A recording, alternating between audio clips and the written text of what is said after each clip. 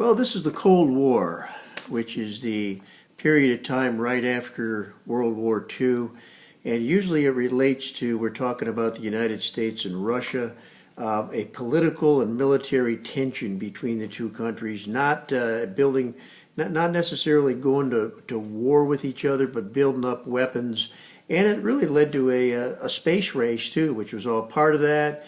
It led to the Berlin Wall being built. And there was, of course, a lot of tension between the two countries and the Cuban Missile Crisis, and we'll get into all that down the road. Um, the term the Iron Curtain was something that Churchill came up, which was ideological barriers between communism and democracy. So Truman was now president, and he had in place the Truman Doctrine, which meant that he wanted to contain the spread of communism. And he did that first in the two countries, Greece and Turkey. He tried to build up their economy by sending in money and aid so that they wouldn't fall to communism. And then George Marshall, under the Marshall Plan, we spent $13 billion to build up, to offer money to the rest of Europe, which we actually offered money to Russia, and they turned it down too, which was fine. When you look at Harry Truman, he's an interesting guy. He was a simple man, and I don't mean an idiot by that, by any stretch of the imagination. Just a simple man from Missouri, and he was, of course, an accidental president, and he came up with that phrase, I guess, the buck stops here. In other words, if things don't go well, blame me. I'm the guy at the top. And I remember once when my dad was alive, I asked him, Dad, who was the best president in your lifetime? And without hesitation, my dad looked at me and he said, Harry Truman.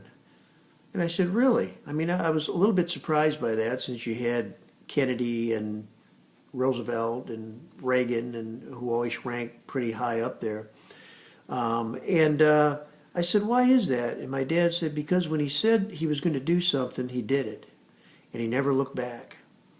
And I think that says a lot for the man, Harry Truman. He ran against Dewey, or Dewey ran against him, let's say, in 1948 for the presidency. And it was one of those strange elections because everybody in the media felt that, and all the polls pointed towards Dewey winning the election. In fact, the Chicago paper already had the headline printed up the night before that said Dewey defeats Truman.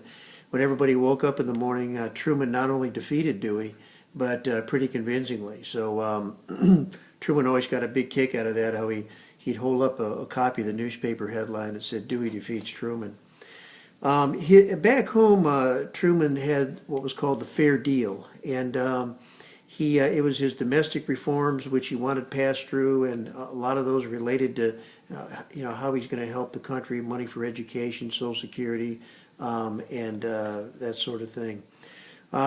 Also during this time, we had, of course, like I said, the Cold War and confrontation with Russia. Some people built fallout shelters in their backyards, and they went down there to hide.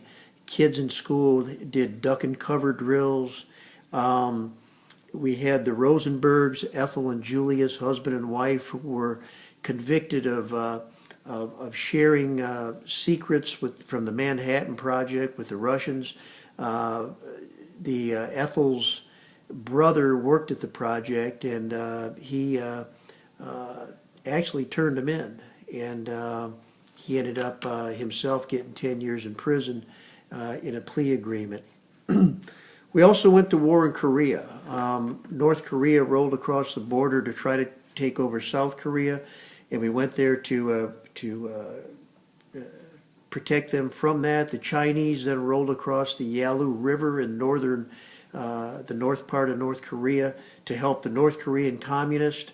The war ended in a stalemate, basically. South Korea today is still a democratic country. North Korea is a communist country. As you know, my father was over there and fought in the Korean War.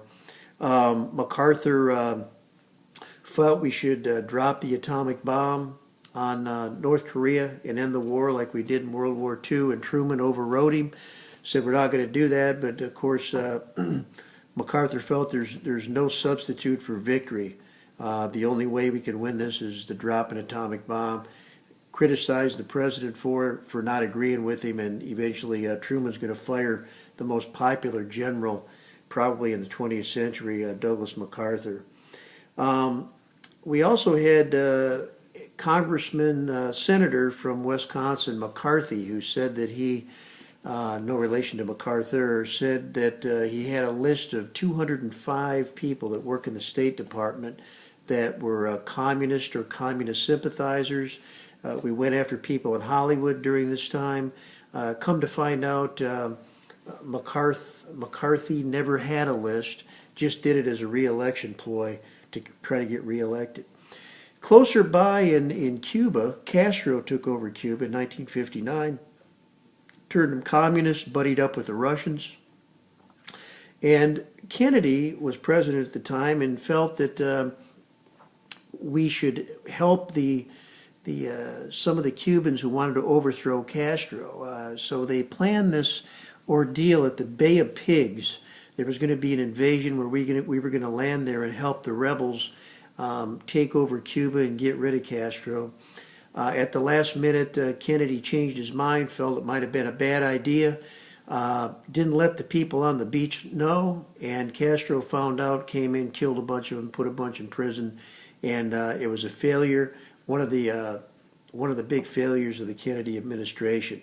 Then the following year was the Cuban Missile Crisis. Surveillance flying over Cuba showed that the Russians had missiles, nuclear missiles, on the island of Cuba aimed at the United States. Kennedy would form a blockade.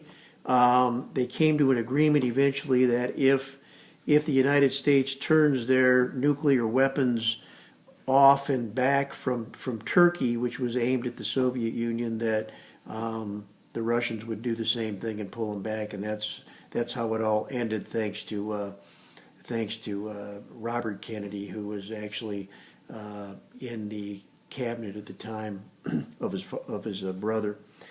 A couple things to think about as we close down here on the Cold War. Cuba has went from into communism to being a little more open with the United States under the Obama administration.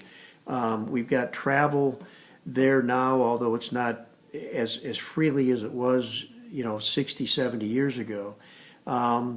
Should the United States completely open travel with Cuba? Should we lift the boycott? Should we let bygones be bygones now that Castro died last month? Or should we still, I guess, put the screws to them and make it difficult for the Cubans?